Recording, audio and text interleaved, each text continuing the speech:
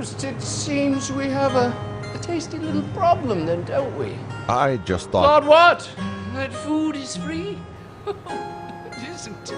But I have a solution that I trust you'll find satisfactory. Second District Congressman Dick Sweat launches his bid for a third term in office, making public appearances despite threats against him.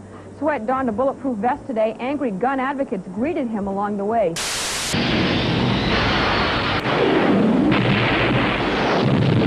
Experience the adventures of Buckaroo Banzai across the 8th dimension. Rated PG. Buckaroo Banzai. I have heard good things about this movie. Let's give it a spin. Coca-Cola Tic Tacs. Not too shabby.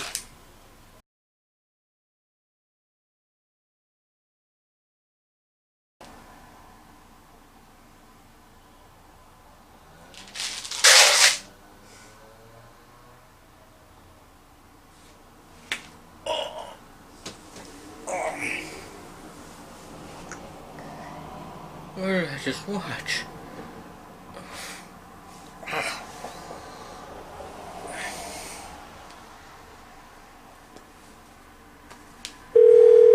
Always look on the bright.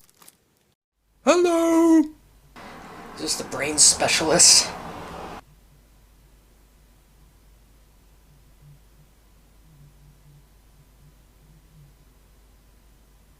Hello!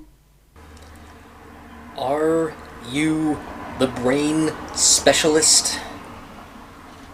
I cannot understand your accent.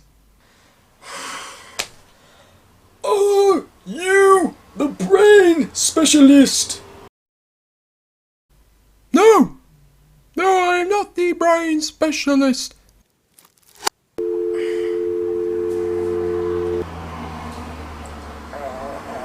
I want another slice of a rhubarb tart.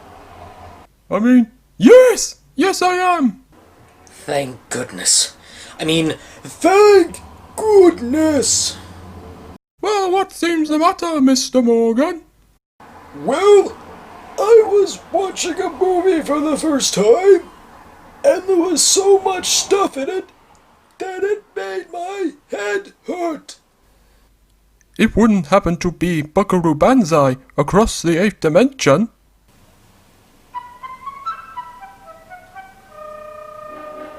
How did you know? Because I've seen it too. And now I got a headache.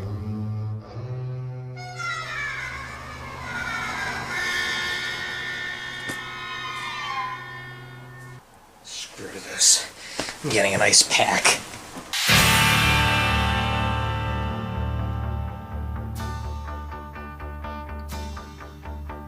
Standing in the middle of nowhere, wondering how to begin. Lost between tomorrow and yesterday, between now and then. Back where you started, here we go round again. Back where you started, come on, do it again, do it again, do it again. Back where we started, here we go round again. Day after day I get up and I say, do it again, do it again, do it again.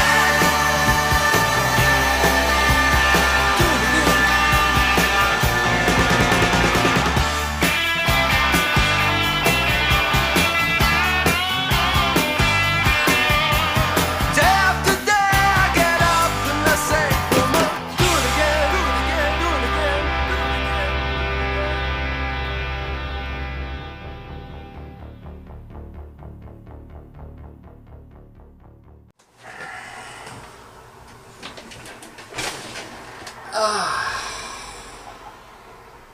Yeah, this is definitely working.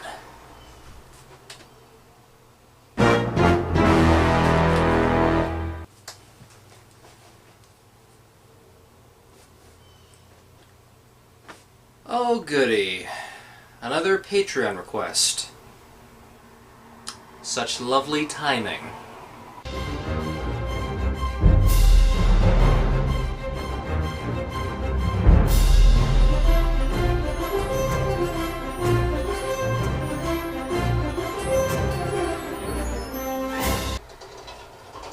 Yep, once again it's time to reach that old Patreon mailbag and make a fan's request come true.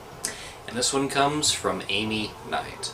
With her donation, she was able to get a film and or TV show of her choice reviewed right here on the show. I would not like to personally thank her, but hope that today's episode will be a lot of fun for her to watch. She's not just a devoted Patreon-y, but she's quite the enthusiast of this show. If you want to be just like Amy and have a movie or a TV show of your choice reviewed here on the show, go over to my Patreon page, make a donation, request me, and I'll see if I can fit it somewhere in the schedule. I'm a little cramped this year, but I'll see what I can do. Alright, shoes have got me for this time.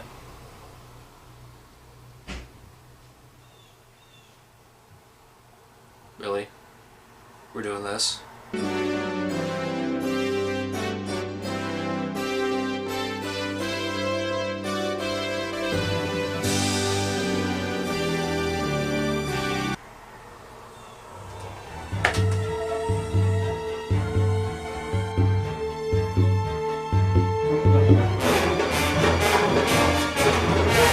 Oh man.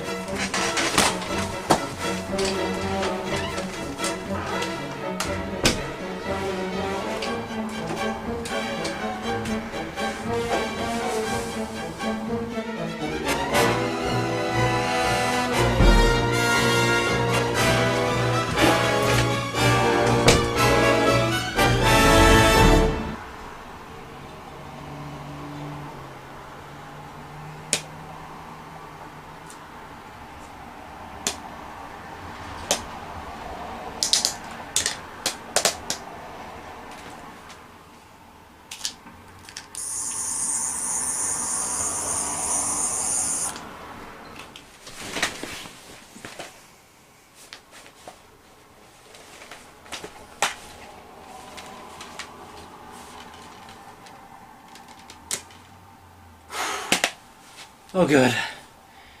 It's not like anything explosive. I guess my lot in life is set. But hey, this is the show of second chances! If there was any decade where movie franchises are in their prime, it would be the 1980s.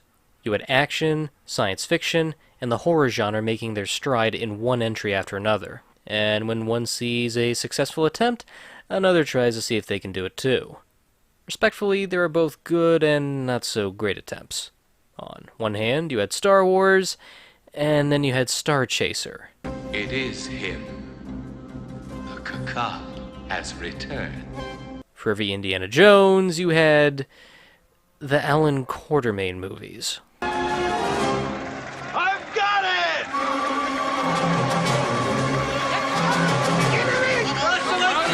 What's this? It's a dummy. They come in handy sometimes. Trust me, we'll get to that classic gold nugget sometime soon. But what say you decide to take the enjoyable sci-fi of Star Wars, combine it with the colorful action of an Indiana Jones movie, toss in some kung fu samurai style stuff that was directed by Kurosawa, inject it with the spy espionage of a James Bond film, toss in a little classic Doctor Who, and the result of your cake batter would be Buckaroo Banzai. Or at least that's how I would describe it. The character was created by screenwriter Earl Mac Roch, who did so under encouragement by his friend W.D. Richter. While Roch had a good idea, he never quite could figure out a good story to put him in, judging from the mounds of unused ideas he created. After finally crafting a 60-page treatment, shopping it around to studios who felt it was too unusual, and trying to survive a writer's strike that nearly put the project in jeopardy, they eventually formed their own studio and got some help from 20th Century Fox, who gave them a good portion of the movie's budget. I'll get back to discuss the reception later, because we got a whole lot of stuff to dissect here. So, let's begin off with our main character. Our main character for the flick is half American and half Japanese hero Buckaroo Banzai, played by Peter Weller. Nice shooting, son. What's your name? Murphy. Yep, before he donned the metal armor to stop Omnicorp, Weller wore Pee Wee Herman's gray suit and went off to save the world. To best describe the character, he's an everyman that has vast knowledge of the universe, but he tends to spend time just enjoying life. He's a doctor, a neurosurgeon, a test pilot, a physicist, and a musician. As the rolling text at the beginning states, Banzai tends to seek excitement from life as opposed to making a difference. That's not to say he's selfish. I just feel Banzai has this vast wisdom, but only seeks enjoyment as opposed to enlightenment. It's interesting considering the character is supposed to be half American, half Japanese, almost as if to mix tradition with Western audience interests. The dialogue Banzai speaks has the sense of a wise man, but yet he holds good taste and common trends, like performing in a rock and roll band. This is well established in one of my favorite scenes where he's playing at a nightclub and notices one of the patrons is having a bad time. What's your name? Who cares? Well, I care. What's your name? Penny. I just sponged up a little too much Bat 69, that's all. I'm down to my last nickel in this lousy town. They wouldn't even take my luggage and hop. I lost my room in the Y this morning. Hey now. Don't be mean. We don't have to be mean. Because, remember, no matter where you go, there you are. I like that. It shows how much he cares of humanity and wants those who are sad to feel they're not in doubt. Despite his rockstar attitude, Banzai sticks to his moral senses. It's almost like as if David Bowie had the mind of a fortune cookie. When he's not jamming with his band, the Hong Kong Cavaliers... That's a good name for a band, Gary. You should write that down. I will. Banzai and his crew normally hang out at the Banzai Institute doing scientific stuff. Why is there a watermelon there? I'll tell you later. And the idea of band members partaking in scientific research is actually kind of cool. Among the members you might recognize are two familiars. One is Clancy Brown, who plays Rawhide, who is supposed to be Banzai's closest friend, and is played as the comic relief at times. Dr. Emilio Lizardo's a raving lunatic, perfect Tommy.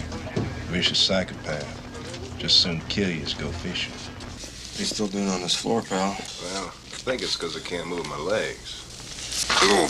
If you fail, we will be forced to help you destroy yourselves. I'll tell you, if it ain't one thing, it's another. Yep. Sheriff Mr. Kurgan Krabs is part of a rock band that dives into many scientific plots. Why his role is not highly regarded as many of his others is an absolute mystery to me. And of course, we can't forget Jeff Goldblum as Dr. Sidney Zibel, or New Jersey, which is his stage name. Looking past the famous cowboy getup, and all the things I've seen Goldblum portrayed in, never in my life would I live to see him in that outfit. Sidney tends to be the brains of the group at times, and knows how to figure things out. November 1, October, 30 days have September, April, June, November. When short February is done, all the rest have 31, October 31st. Halloween. Oh, don't you get it? Halloween, 1938, a War of the Worlds, that fake radio news broadcast that got everybody scared, thinking real live Martians were landing in Grover's Mill, New Jersey. But then it all just turned out to be a hoax. So? Maybe it wasn't a hoax. Or, I mean, maybe it isn't a hoax. Yes. First, a strategically... Pink flower, honey. It could be toxic. Strike. Look it. I have seen these flowers. Is there some kind of law in sci-fi that whenever Jeff Goldblum plays a scientist, he needs to go to some deep theorizing? I really can't be the only one to notice this. That's chaos there. There's also a lady that joins them named Penny, played by Ellen Barkin, who is supposed to be the love interest, but there's a deeper reason for her existing. Granted, it took me a while to understand her significance to Banzai, until this detail came up. Penny, what's your problem? That picture! Who's that girl, Buckaroo? What's going on around here? Who am I? As near as I can figure, You had an identical twin sister, and I married her. But that's over now. And she's gone, and that's about all there is really to say about that. Okay, while it doesn't go too deep, it's somewhat hinted that Buckaroo Banzai had a wife, who oddly is also played by Ellen Barkin, but apparently she dies off screen. Now the reason for Banzai's multitasking purposes is a little more deeper. After all, when one is overcome with some kind of guilt or grief, they too want to take up so many occupations and activities to sort of distance themselves away from this sort of thing. And I know it because I did that too once. Trust me, it wasn't easy juggling so much. Now, with the discovery of his wife's long-lost twin, it feels like Banzai has a second chance. In regards to the whole dead wife motif, this was something that was connected to some backstory that got cut out. When making the movie, Roch had all this information about Buckaroo Banzai drafted from the unfinished stories he wrote. One of them was in regards to a villain named Hanoi Zan. Hanoi was said to be Banzai's nemesis and the one who killed his parents and wife. Interestingly, some home video releases offer a version with a different opening that shows the tragic accident, complete with a special Jamie Lee Curtis cameo. When Buckaroo Banzai was test screened, director W.D. Richter felt audiences were confused over the fact information is being brought up about a character that doesn't really exist in the movie. Thus, all references to Hanoi were cut to make the focus more easy. The boss of the World Crime League, the guy in your comic books. No. Not the guy in the comic books. The guy out there. I argue that without this information, there's an underlying detail to Banzai that sort of feels missed. As much as I'm okay with flawless heroes, it's the ones that have a deep sense of baggage that interest me more. Bruce Wayne is trying to get over the loss of his parents by avenging Gotham City of its villains. Indiana Jones is trying to find every artifact he can before someone else beats him to the punch, whether it be rivals or whoever we were fighting the war with at the time. Sherlock and Moriarty, the Doctor and the Master, you get the idea. With Banzai, I feel the Hanoi character could have added something. This sense of trying to repress the grief of everything he's lost because of this one guy trying to upstage him. Without it, I feel like that Banzai is this guy who does all these incredible things, but is doing this to cope with his personal guilt. However, we don't get much time spent on this element, and it just feels like it's there. That is not the center of the story.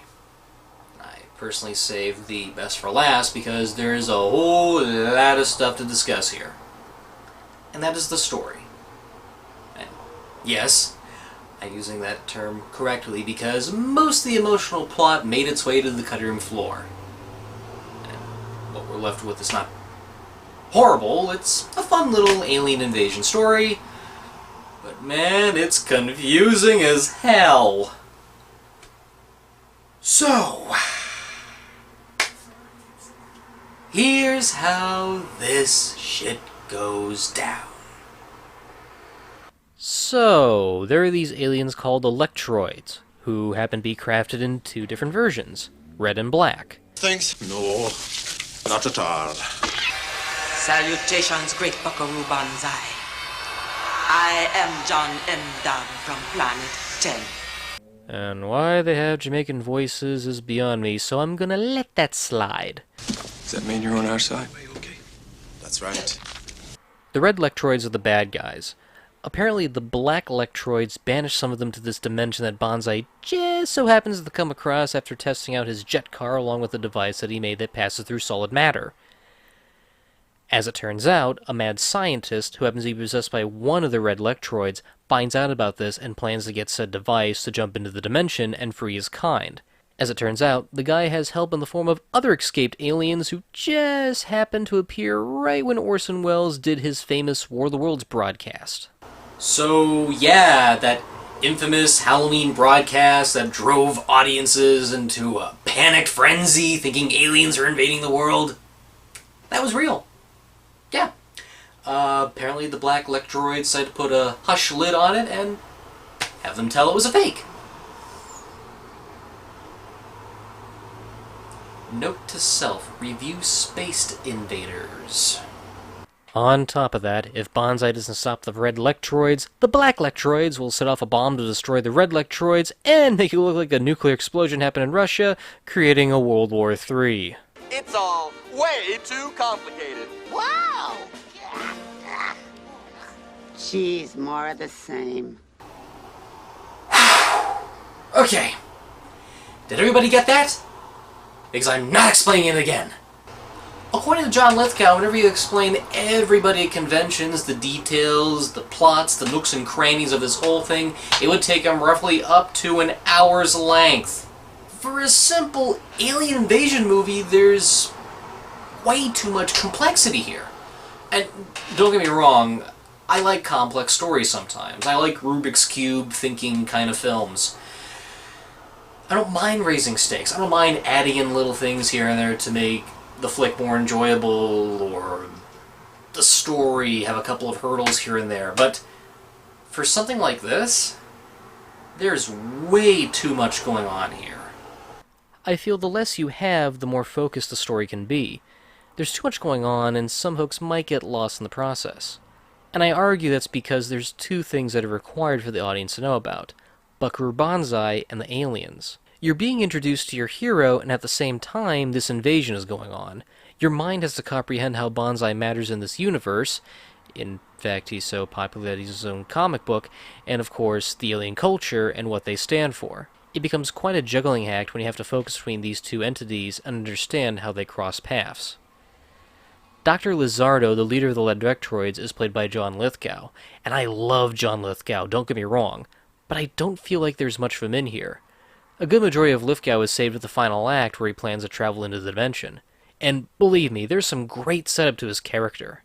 I like how we see him in this criminally insane institute, and has all these notes written on the walls, and he even has his own makeshift TV. Glimpsed in 1938 through the overthruster he and Dr. Emilio Lizardo put together from spare parts in a laboratory at Princeton. 1938. Can you imagine what it must have been like then? Something tells me this is where he got the inspiration for Dick Solomon. Look at yourself. No! Look at yourself. Who am I kidding? I'm huge! Anyway, I love how we see this character as just pure nuts, and then we don't see him up until the last third. Most of the rest of the movie is set up with some world building. That is fine, but I feel it drags the movie down a little bit. Instead, we get a group of red Lectroids that set out to get the device Banzai made. And I'm certain that one of you is going to mention that Doc Brown is the leader of that group before I do. Great Scott! Yep, Christopher Lloyd plays one of the evil aliens, and as expected, he's great. This movie came out 1 year before Back to the Future, and it showcases how incredible of a character actor he is. I just like how he's shepherding this group of baddies while trying to do his mission. In a way, I kind of feel like he should have been the main baddie, though. Lithgow has a lot of good moments here, but we spend more time with Lloyd's character, and it feels like he's driving the movie more. It's even more ironic that Lloyd is no stranger to alien roles either, as he got to play as a Klingon. Charming. There is one running gag with the red Lectroids that I do really love. It took me a while to get the joke on second watch, but it was worth it. Apparently it's revealed the red Lectroids take up fake name aliases, with the first name being John, but their last name is the only thing that changes. And of all the names for Christopher Lloyd's character to have, it's this one. But O'Connor smashed the window. Why me, John V. Boutte?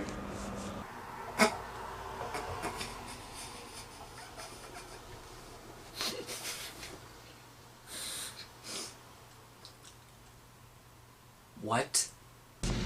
Big booty. Big booty.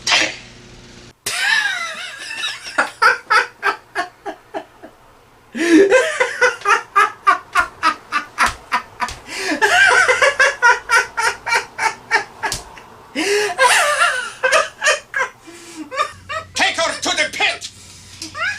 Go, big booty!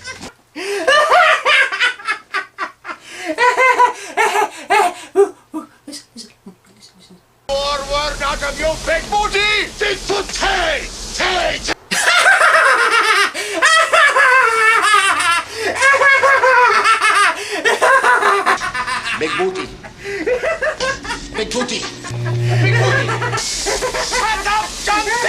you coward!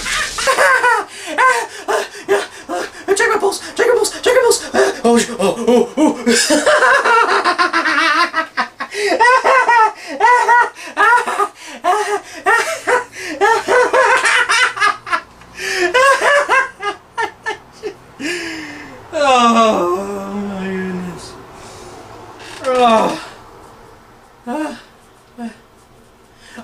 I'm fine. Yeah, I'll be okay. Okay, here you go, honey. Here you go.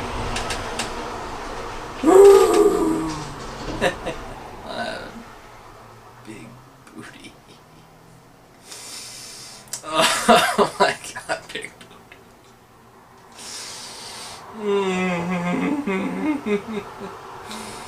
Oh, John, big booty.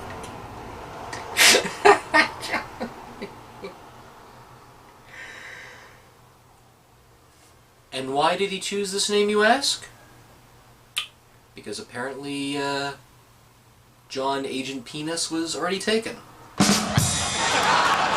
Now, to compare with Banzai's complexity, there's another movie that's almost slightly similar to this one, of a different make, but same sort of model. And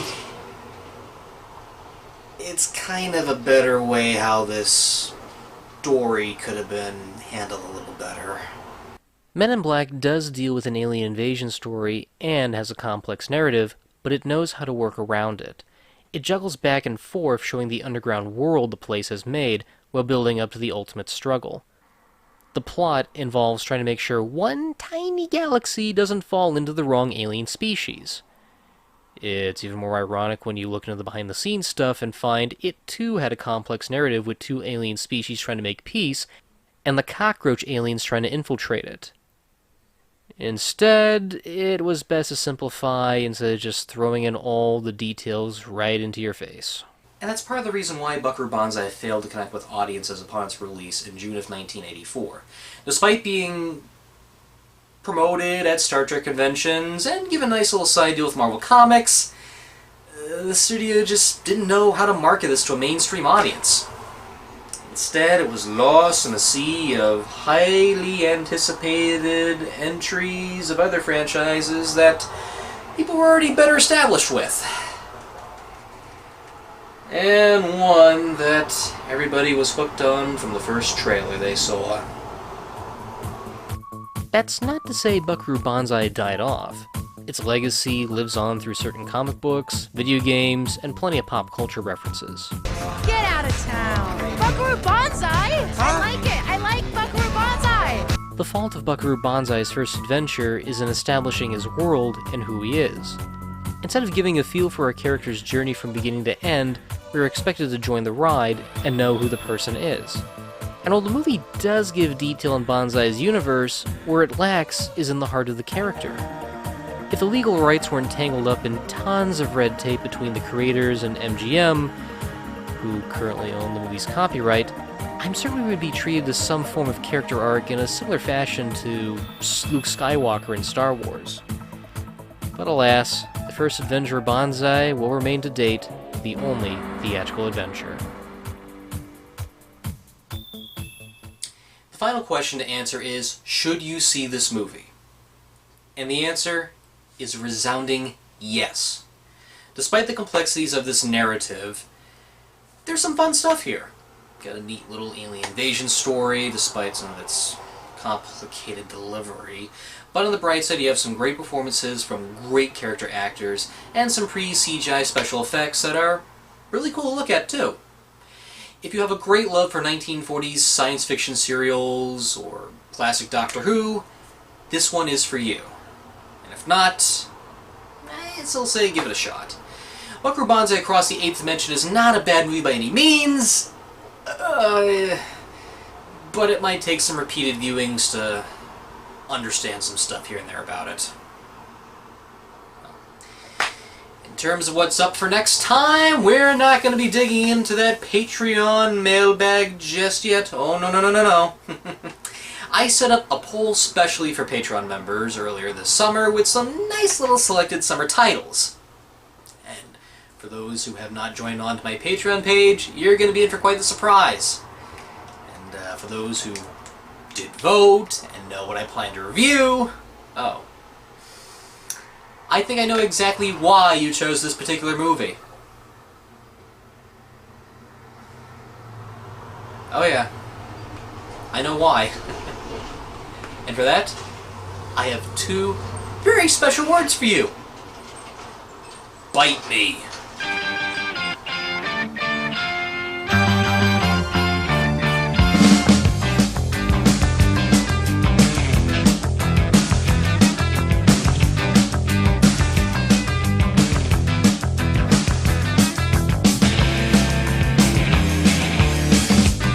I got your picture of me and you. You wrote I love you. I wrote me too. I sit and stare at it, there's nothing else to do. Oh, it's in color. Your hair is brown. Your eyes are hazel and soft as clouds. I often kiss you when there's no one else around.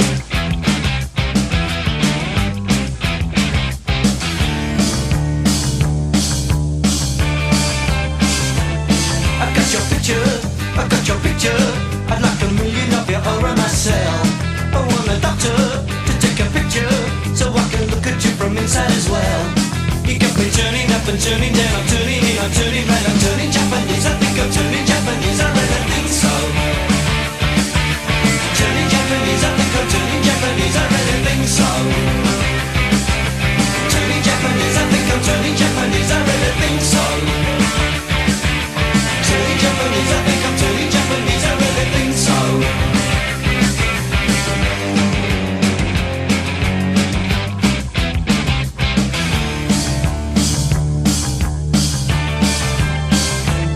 I got your picture, I'd like a million of them around myself. I want the doctor to take a picture so I can look at you from inside as well. You got me turning up and turning down, I'm turning in, I'm turning right, I'm turning Japanese. I think I'm turning Japanese, I really think so. Turning Japanese, I think I'm turning Japanese, I really think so. Turning Japanese, I think I'm turning Japanese, I really think so. Turning Japanese, I think I'm turning Japanese, I really think so. No sex, no drugs, no wine, no women, no fun, no sin, no you, no wonder it's dark. Everyone around me is a total stranger. Everyone avoids me like a cyclone ranger. Everyone. That's why I'm turning Japanese, I think I'm turning Japanese, I really think so. Cut. Will you see The Adventures of Buckaroo Banzai against the World Crime League? I hope so, but I really don't know. And I don't know that if we got the right to do another one, it would be exactly Buckaroo Banzai against the World Crime League. That was a sort of simplistic way to describe what the next chapter might be. There are more stories to tell. I have to believe we're going to get to tell them because it seems like people want to hear them. What they'll be, I don't know. I don't know if Buckaroo knows today. We'll pick the more interesting ones, and if somebody lets us do it, you'll get more. I hope they do.